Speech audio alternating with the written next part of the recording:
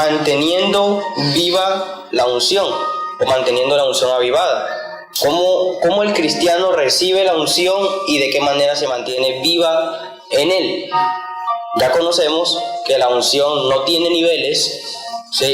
Y tampoco la da el hombre como tal. Solamente el Espíritu Santo es el que unge a la persona. Por lo tanto, no hay nivel, porque dice que nos movemos todos por un mismo espíritu. Entonces, no puede ser que el Espíritu Santo de mi hermano o de mi hermana Carol o de mi hermana Juanita sea más grande que el mío o sea más pequeño que el mío. No, eso es imposible porque es un mismo espíritu.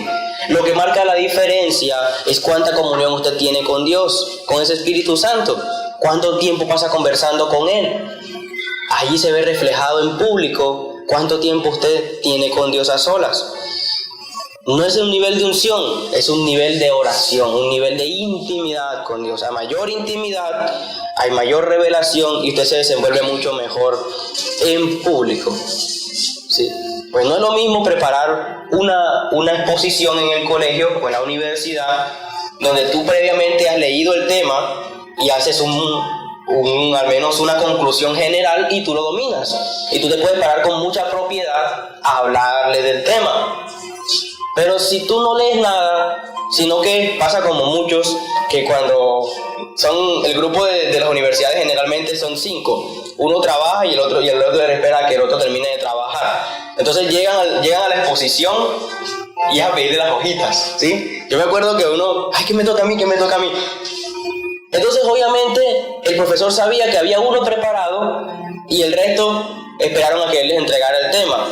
¿Sí? Y eso se veía reflejado en la forma en que ellos hablaban, la seguridad, porque el profesor comenzaba a hacer preguntas y obviamente te corchaba porque si tú no habías estudiado, si tú no habías tomado tiempo para meditar el tema, tú no podías pretender desenvolverte bien en la exposición, y eso se veía reflejado mucho y te dejaba a ti en vergüenza. Entonces yo me preocupaba mucho por estudiar y por leer para saber qué era lo que iba a decir, porque yo no quería pararme allí a que se rieran de mí, a que se burlaran de mí, sino tener la propiedad para hablarles. Y todo esto se traduce en buenas exposiciones. Una buena intimidad con Dios se traduce en una buena vida cristiana, porque si tú tienes tiempo con el que conoces las Escrituras y conoces los principios, tienes las mejores instrucciones y sabes cómo aplicarlas a tu diario vivir. Y eso es constante. Dios no solamente quiere darte instrucciones el domingo, quiere todos los días decirte cómo vas a enfrentar ese día, porque ya previamente Él vio lo que iba a pasar en ese día. Y previamente Él te dice: Ana, en este día tal persona se va a levantar en tu trabajo contra ti, pero este es lo que vas a hacer con ella. Entonces, claro, cuando ya viene la persona a levantarse, entonces ya usted sabe lo que va a hacer y usted lo aplica y la persona queda así, porque ya no pudo hacer nada. Ese es el enemigo. Hay una ventaja que tiene Dios. Dios sí escudriña nuestra mente, el enemigo no puede escudriñar. El enemigo no sabe lo que usted está pensando. Él lo adivina por su manera de actuar, pero él no puede escudriñar sus pensamientos. Por ende, él no puede adelantarse a las cosas que Dios hace. Pero como uno dice, bueno, pero ¿y si no conoce mis pensamientos, cómo es que siempre me tira las cosas al piso? Porque usted se ya ha marcado tanto el camino que es muy fácil para él predecir lo que usted va a hacer.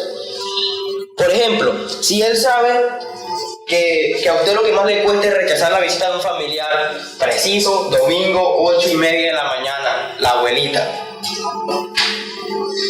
Él no sabía lo que usted estaba pensando, pero ya él sabe que usted previamente siempre le da prioridad a la visita. Entonces hizo que se perdiera, por ejemplo, esa vez la reunión dominical. Entonces es la manera en que él usa sus artimañas para bloquearlo a usted.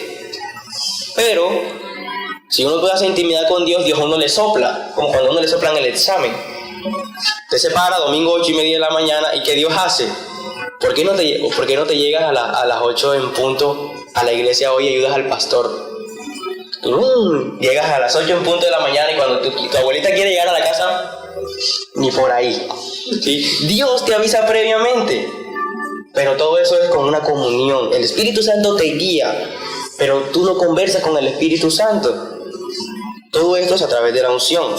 Entonces, En estos días muchos cristianos hacen referencias a ciertas manifestaciones del Espíritu Santo, más o menos en formas parecidas como yo siento que tengo la unción de tal persona, ¿sí? O siento que Dios me ungió con tal don o tal talento, o siento que la unción del Espíritu Santo me tocó y me hizo experimentar esto o aquello. Algunos dicen sentir calor, frío, risa, debilidad, hasta algunos se caen al suelo, ¿sí? Pero hay una pregunta que nos hace aquí, que nos hace reflexionar. ¿Para qué sirve caerse, reírse, sentir calor? ¿Sí? Pareciera que si al creyente le suceden estas cosas, está todo bien. O sea, hemos limitado a Dios a señales. Por ejemplo, si siento calor, Dios está aquí. Si siento frío, Dios está aquí. Si me río, si sonrío, Dios está aquí. No, porque Dios se mueve es por fe. Es decir, la palabra dice, donde estén 2 o 3 congregados en mi nombre, allí estoy. O sea, desde que usted entra por esta puerta y haya más de 2 personas, está Dios allí, seguro. Así usted no sienta ni una brisa. Allí está Dios. Entonces usted aprende los principios y ya sabe cómo Dios está obrando a favor de usted, pero no por emociones. Porque cuando es por emociones, usted se arriesga que el enemigo lo manipule y lo envíe por el camino que no es. Llegamos a encontrar señales de tránsito que las pintan de nuevo y les cambian el sentido. Eso es maldad, ¿sí? Entonces usted va inocente y comienza a meterse por donde no es. Pero si usted conoce el código de tránsito, hay unas demarcaciones en la vía que le indican a usted, no, pero es que no puede ser para allá porque eso es contravía. Entonces usted sabe. Pero si usted nunca ha leído el manual de tránsito, usted, por aquí por la derecha, preciso una multa. Entonces el enemigo le manipula a usted las señales, el camino, el sendero, pero Dios previamente le ha dicho cómo era que se caminaba por ahí. ¿Cómo era que se caminaba por ahí? Están los que van de vacaciones al bosque y contratan un guía. El guía conoce el bosque como la palma de su mano, sabe por dónde se puede caminar y por dónde no, y le avisa. Pero está el que se cree explorador y no contrata ningún guía y se mete al bosque que no conoce, y después en las noticias 72 horas desaparece el grupo de muchachos y no los encuentran. ¿Por qué? Porque nosotros pretendemos hacer cosas para la cual no estamos preparados. Entonces, ¿para qué fue pensada la unción?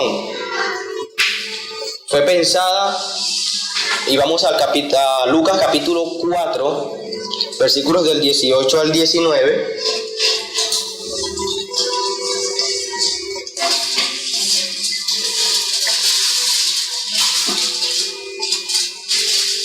Si me acompañan en la lectura, dice Lucas,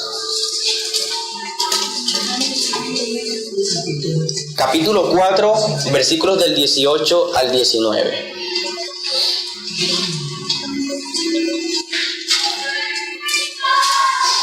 El Espíritu del Señor está sobre mí, por cuanto me ha ungido.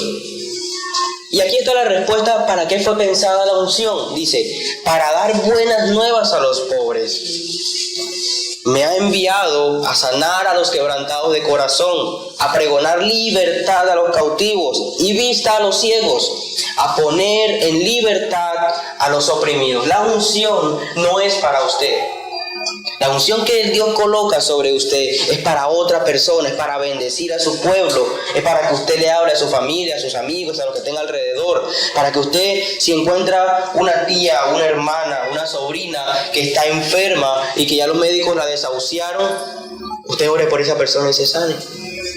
Para eso es la unción, no para que usted se muera de la risa en un servicio o para que usted sienta calor. Preocúpese el día que usted sienta calor o frío y tiene un cambio de temperatura tan bruscos en un solo lugar. Ya puede ser algo que esté pasando en su cuerpo y no precisamente la presencia de Dios, ¿sí?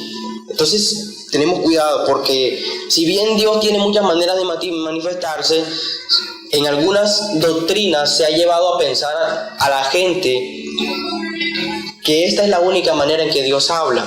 Entonces, se encuentran en que si oran en su casa y no sienten ese calor, no les está hablando Dios y se siente mal.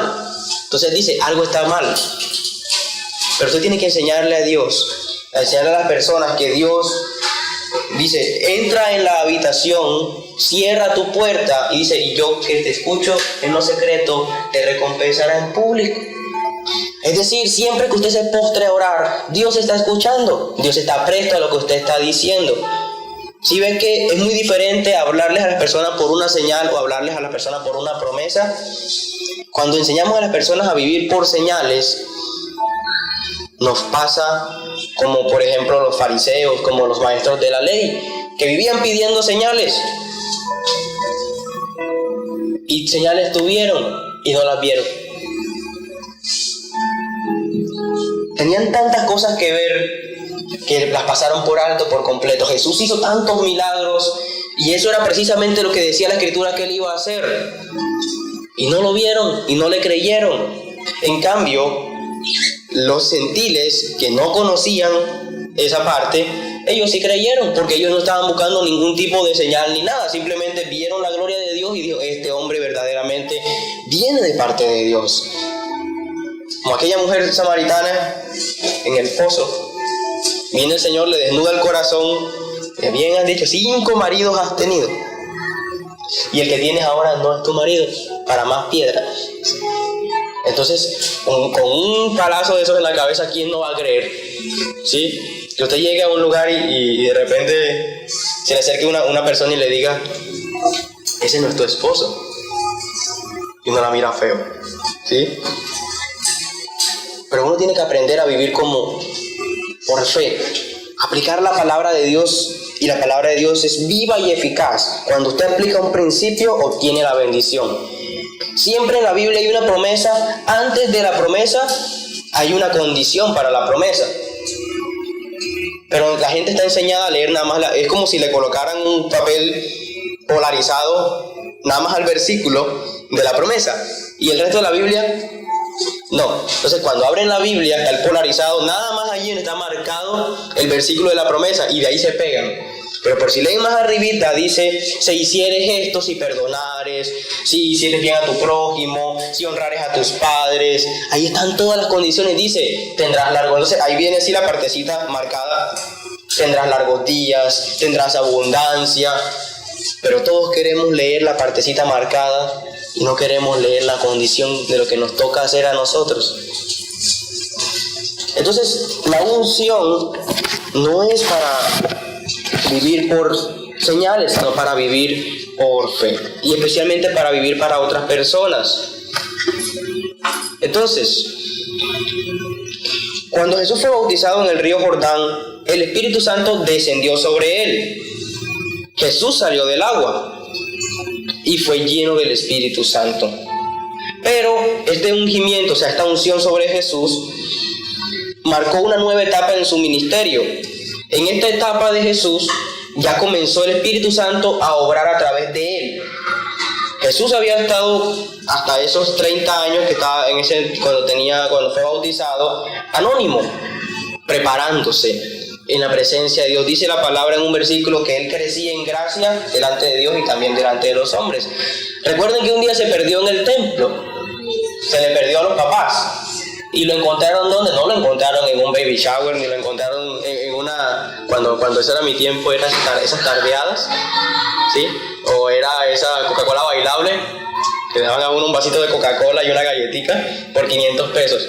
Y ponían música.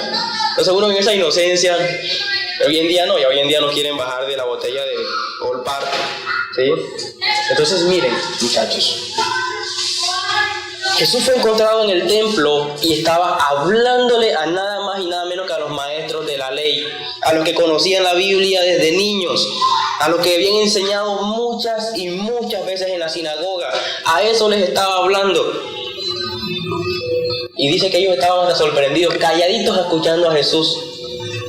Pero ¿qué hacía Jesús todo el tiempo? Estaba en la presencia de Dios, estaba preparado. Por eso cuando vino la unción del Espíritu Santo, Él pudo comenzar a obrar a través de Él, a hacer milagros y hacer grandes cosas, porque estaba preparado. Dios no lanzó a Jesús al campo de batalla sin preparación previa.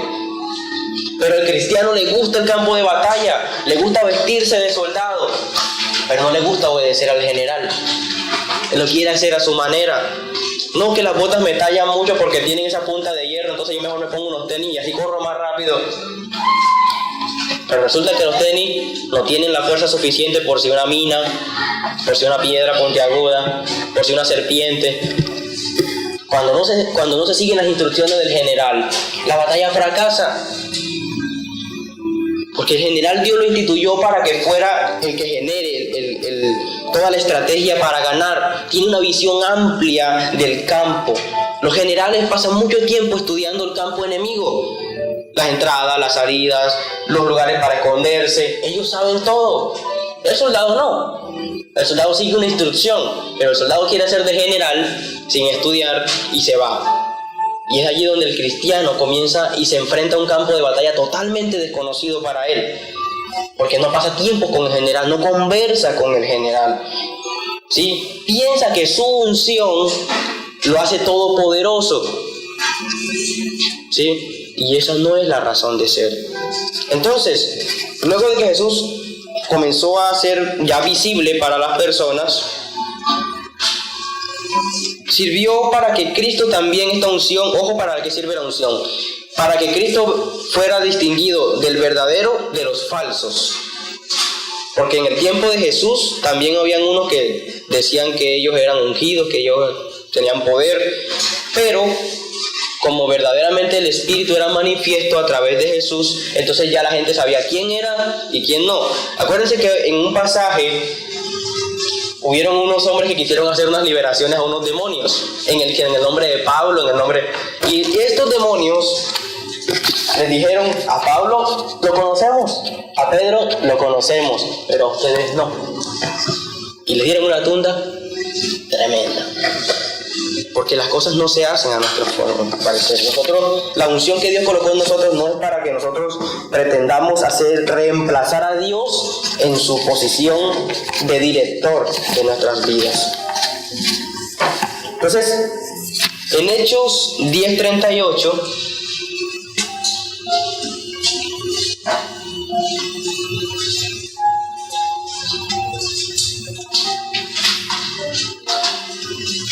nos revela algo muy bonito. Cómo Dios ungió con el Espíritu Santo y con poder a Jesús de Nazaret, y como éste anduvo haciendo bienes y sanando a todos los oprimidos por el diablo, porque Dios estaba con él. Eso era lo que se levantaba cada mañana. Cuando Jesús se levantaba, en su mente estaba: ¿a quién voy a liberar hoy? ¿A quién voy a hacerle hoy misericordia? ¿Con quién me voy a encontrar que necesita una palabra?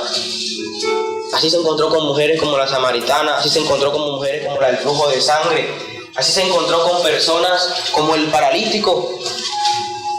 Él venía caminando y tenía algo en su mente: con lo que Dios me ha dado, yo voy a bendecir al que se me atraviese en el camino.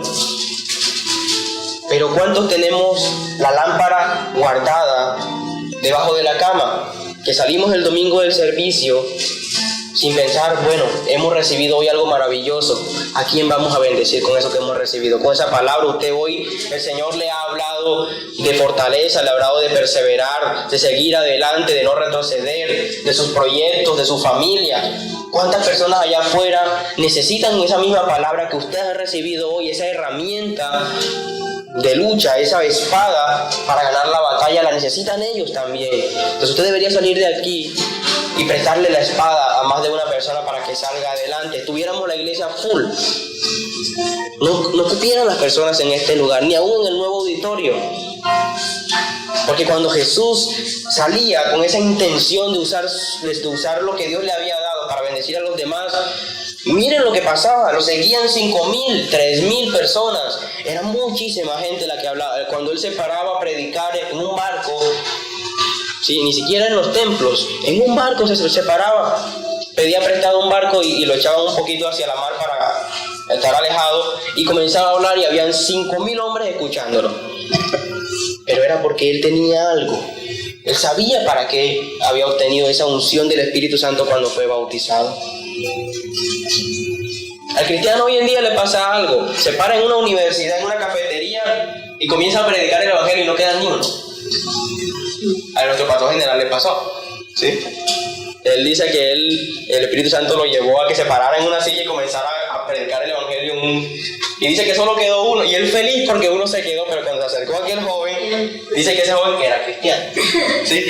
Entonces, todo esto nos pone a hacer Dios, pero es tener claro que para eso recibimos la unción, para eso hemos recibido a Cristo. Dice, de gracia recibisteis, de gracia daréis. ¿Cuántos de sus familiares todavía no tienen la salvación? Muchos. Aún de mi familia hay muchos que no la tienen, y eso me preocupa. Yo oro, Señor, coloca las oportunidades, porque hay unos que están muy, muy lejos y ni siquiera tengo contacto con ellos. Hay primos y primas que los conocí apenas hace poquito, no sabía que existían, ¿sí? Entonces, hay mucha gente todavía que necesita. Orémosle a Dios cada día para que nos coloque en el momento preciso para hablarles, para decirles, para llevarles una palabra. Entonces, Jesús unge a su pueblo con la misma unción que Él tuvo aquí en la tierra. Luego de que Jesús termina su ministerio en la tierra y que ya se va a ir, Jesús viene y unge a su pueblo con lo mismo que Él tenía, lo derramó sobre sus discípulos. Y no solamente los 12 apóstoles, habían 120 cuando se derramó el poder del Espíritu Santo en el Pentecostés. O sea, aparte de los 12 habían 120 más que comenzaron la iglesia. Entonces vamos a leer Juan 14:12.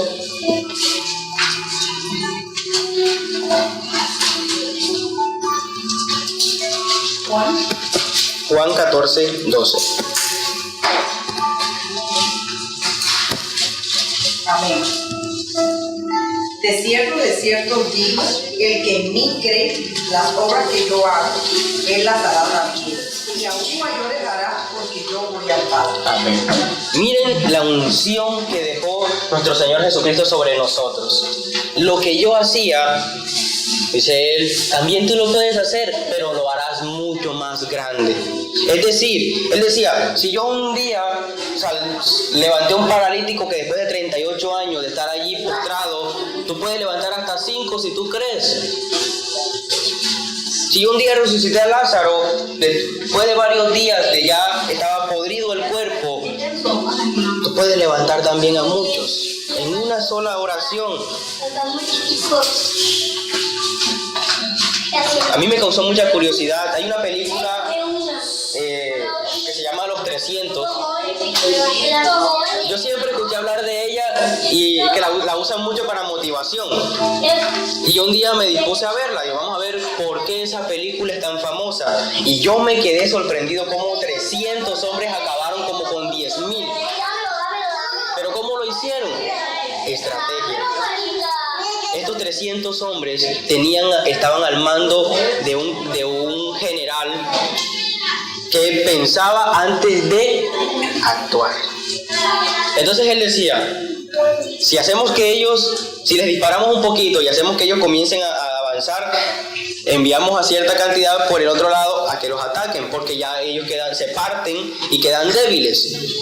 Porque en las formaciones antiguas estaban los arqueros, y luego venían otros, o sea, los arqueros, porque ellos comenzaban a disparar flechas y era muy difícil avanzar así. Entonces, si hacemos que ellos avancen un poquito hacia adelante, entonces los otros quedan desprotegidos, porque los otros no pueden lanzar flechas, sino que les toca manualmente. Entonces, allí los partimos y les podemos dar en la cabeza. Y así acabaron con todo un ejército que era mucho más grande que ellos. Entonces, si vemos que Jesús levantó paralíticos, sanó a mujeres con flujo de sangre, y Él dice, y estas cosas, si tú crees, las harás mucho mayores que yo. Entonces usted tiene ese poder en sus manos. Si usted es líder de casa de fe, usted puede tener la seguridad que si usted cree, cuando usted predique ese mensaje, que aunque sea corto y aunque sea sencillo, una persona puede recibir a Cristo, puede ser liberada, una alma puede ser ganada, alguien puede sanarse de una enfermedad que no tiene cura, alguien puede ser liberado de una cautividad. A alguien usted le puede brindar esa luz para que salga de la oscuridad. Usted tiene que preparar sus casas de fe. Usted tiene que preparar sus grupos de oración, sus grupos de jóvenes. para ver la gloria de Dios. Usted previamente le tiene que decir: Señor, yo no voy a hacer esta reunión, yo no voy a hacer esta casa de fe, porque sí, porque la planeé, porque me mandaron el material, porque me mandaron el video. Yo hoy quiero ver la gloria de Dios en esta casa. Por eso voy a hacer la reunión, porque yo creo que mayores cosas que tú las puedo hacer yo, porque tengo tu unción y tengo tu respaldo. Y si viene un paralítico, usted puede orar con esa confianza y se puede levantar de allí. Yo, que he hablado con personas que estaban en estado vegetal y nada más estaban esperando para desconectarlas la autorización de la familia, ¿qué no puede hacer Dios con usted? Si Dios aquí le ha hablado y le ha dicho muchas cosas, si Dios es proveedor, ¿en qué lo dejará usted avergonzado si usted le cree? Pero Dios quiere que usted crea. Es ahí donde está el problema. El secreto está allí, que la persona no cree. ¿Sí? Y el creer es permanecer a pesar de las circunstancias adversas que se van a presentar. Porque es muy fácil creer cuando vemos que todo va avanzando para bien, pero cuando hay un bache es donde usted verdaderamente pone a prueba su fe. Por ejemplo, un mes de ventas exitoso, al otro mes puede que las ventas bajen. Entonces, ahí, en ese mes de que las ventas bajaron, es donde su fe, su unción, tiene que llevarlo a usted a creer. Dios, no, es un mes malo, pero Dios, el respaldo de Dios sigue estando conmigo, porque dice la palabra: Dios no cambia.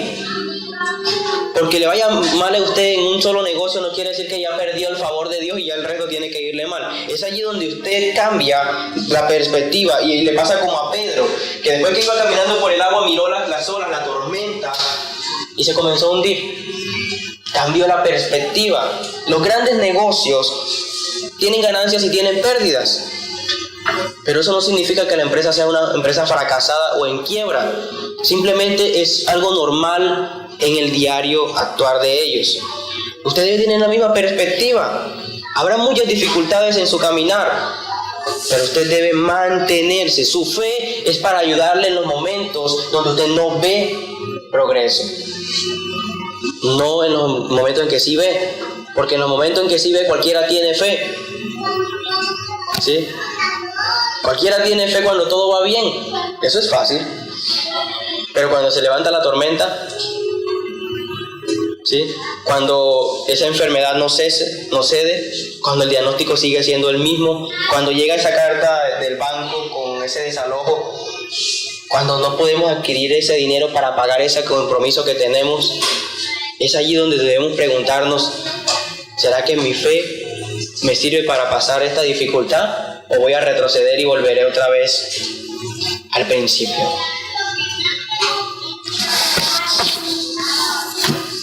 Entonces, hay dos cosas muy sencillas que hace que el cristiano reciba la unción y se mantenga avivada en él. La primera, tener claro que el Espíritu Santo es el que unge al creyente. El Espíritu del Señor está sobre mí por cuanto me ha ungido, dice el capítulo 4 de Lucas que leímos al principio. Él es el que unge. Entonces, en Hechos 1:8 encontramos: pero cuando venga el Espíritu Santo sobre ustedes, no dice no venga el pastor sobre ustedes, venga el líder sobre ustedes. Dice que cuando el Espíritu Santo venga sobre ustedes, recibirán poder y me serán testigos en toda Jerusalén, en Judea, en Samaria y hasta los confines de la tierra. Pero es cuando venga el Espíritu Santo. ¿Y cómo se recibe el Espíritu Santo?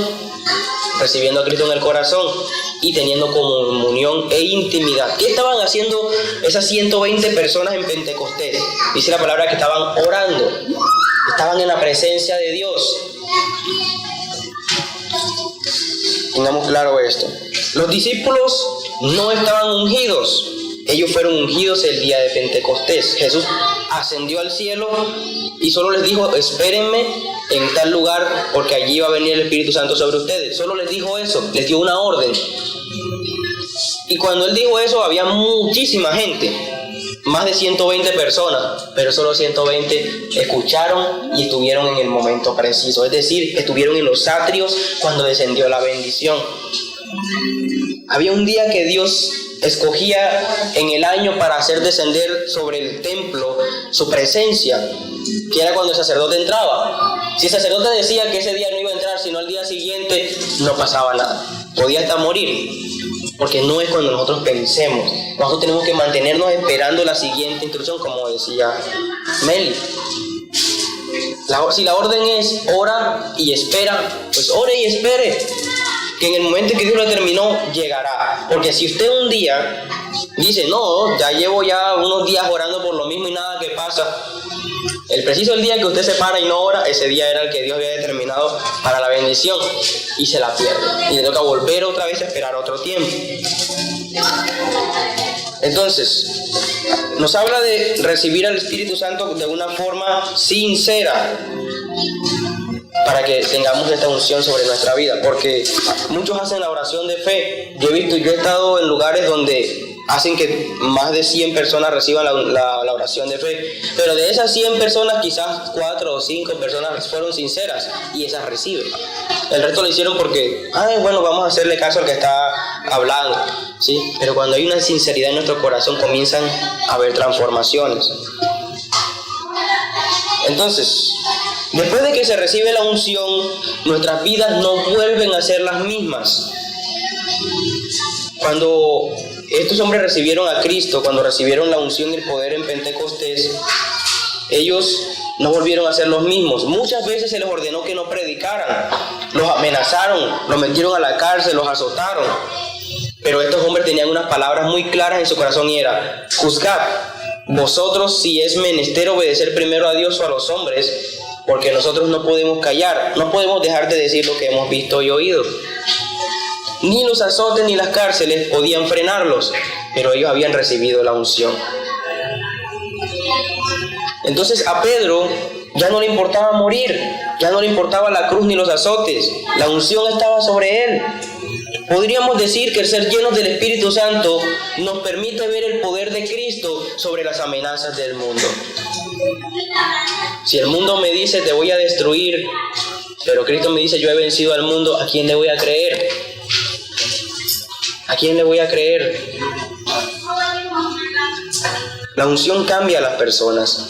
David era un pastor de ovejas y después de recibir la unción de Dios es revestido de poder para vencer a Goliat. Todos somos personas normales hasta que Dios nos toca. Los grandes hombres de la Biblia siempre fueron una persona normal hasta que Dios le colocó los ojos encima y dijo: haz esto.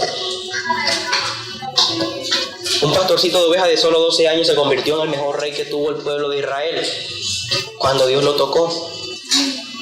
Y así va a suceder con cada uno de nosotros. Yo un día era un joven que ni siquiera quería ser cristiano hasta que Dios me habló. Y se encargó de que la forma en que me habló cambiara mi vida para siempre, y aquí estoy. Entonces usted puede recibir de esa misma unción, pero lo único que tiene que hacer es permanecer en la presencia de Dios. Permanezca, porque Él va a haber un momento en que le va a hablar. Entonces, la segunda cosa para mantener la unción avivada del creyente son unos tips. ¿Cómo se mantiene? ¿Sí? Ya la recibimos en el primer punto, ya está sobre usted porque usted recibió a Cristo en el corazón. Ahora tenemos que saber cómo se mantiene esa unción. Primero, para poder vivir bajo la unción del Espíritu Santo es necesario tener intimidad y permanencia en Dios. Intimidad y permanencia. Dice aquí la palabra en el Salmo 105:4. Ven en sus pantallas. En su pantalla, no en la pantalla. Buscad a Jehová y su poder, buscad siempre su rostro. Ese es el primer ítem para mantener la unción avivada. El segundo es: Dios no aviva a sabios, Dios aviva a sus íntimos. Dios no unge a quienes no lo conocen, Dios unge a quienes lo buscan siempre muy de cerca. Y el Salmo 37:4 dice: deleítate a sí mismo en Jehová y Él te concederá las peticiones de tu corazón. Salmo 37:4. El tercer ítem es: la unción del Espíritu Santo se aviva cuando hay obediencia y orden en tu vida. Obediencia y orden. Porque si no lo hay, no se activa. El Espíritu Santo actúa siempre bajo los principios, nunca actúa en desorden. Si tú no tienes disciplina en las cosas que haces, no vas a poder tener el respaldo del Espíritu Santo. Pero cuando hagas algo con disciplina, el Espíritu Santo fluye. Porque ahí sí dice, este es de los míos, el resto no. No se activa, la unción siempre está, pero se activa cuando uno obra adecuadamente. El siguiente ítem es, cuando dejas de compartir tu unción con nosotros, la unción cesa. O sea, compartirla con otros. La unción se recibe para brindarla. Jesús nunca pasó tantas vigilias y tantos tiempos de oración solo para Él solo. Solo salía a sanar enfermos, salía a liberar endemoniados, salía a levantar paralíticos, a curar leprosos, a predicar. Es decir, recibía para dar. Por ejemplo, me gusta mucho lo que hace Meli, que todos los días le da una palabra a sus gerentes, a sus líderes. O sea, lo que recibe ella orando en su devocional o en la noche, hablando con Dios, lo comparte. Y así está haciendo que su unción comience a crecer. ¿Sí? Recuerden lo que dice la palabra de Dios. El que lleva mucho fruto será limpiado para que dé más fruto. Dios no va a dejar que el aceite cese. ¿Qué pasó con la viuda cuando le compartió al profeta de su torta lo que le quedaba y del aceite que le quedaba? Lo compartió y le faltó. Dios dijo, nunca va a cesar, nunca va a cesar. Pero cuando usted es tacaño y se esconde la arepa y se esconde el aceite, se le acaban. Se le acaban. Entonces no debemos dejar de compartir lo que Dios nos ha regalado, mis hermanos. Y ya por último dice, la unción hizo que David caminara en la dimensión de Dios. Si quieres caminar en la dimensión de Dios, entonces necesitas avivar el fuego del Espíritu Santo en tu vida. Salmo 84:10. Porque mejor es un día en tus atrios que 1000 fuera de ellos. Escogería antes estar a la puerta de la casa de mi Dios que habitar en las moradas de maldad. Para David era un deleite estar en la presencia de Dios, pero la prefería por encima de cualquier cosa. No le importó ni la opinión de su esposa cuando comenzó a danzar delante de todo el pueblo. Yo me imagino que David tenía idea de a quién tenía como esposa, y aún así. Entonces uno podría pensar, aunque mi suegra se burle de mí, yo voy a danzarle al Señor. ¿Sí? Y el cristiano debe desear mantener avivado la unción del Espíritu Santo. 3 cosas importantes allí: no apagar el Espíritu, no contristarlo y andar en el Espíritu. Entonces podemos concluir, mis hermanos, que el llamado que recibió nuestro Señor Jesucristo, el Mesías, significaba lo que Él es. Él es ungido. Jesús fue enviado con el propósito de salvar a toda la humanidad. Fue ungido por el poder del Espíritu Santo. Hizo milagros, sanidades mientras Él enseñaba. Capacitó a 12 hombres que fueron sus discípulos. Entregó su vida y murió en una cruz. Cumplió su propósito. Venció la muerte. Y nos dio una promesa maravillosa al decir que no nos dejaría solos ni huérfanos, sino que recibiríamos poder siempre que estemos en la presencia de su Espíritu Santo. Siempre el cristiano va a tener poder cuando pasa tiempo orando. Siempre va a tener poder. Eso va a marcar la diferencia. Va a marcar la diferencia. Porque puede haber un teólogo, una persona estudiada de muchos años, que se comparta y dé un mensaje a una congregación.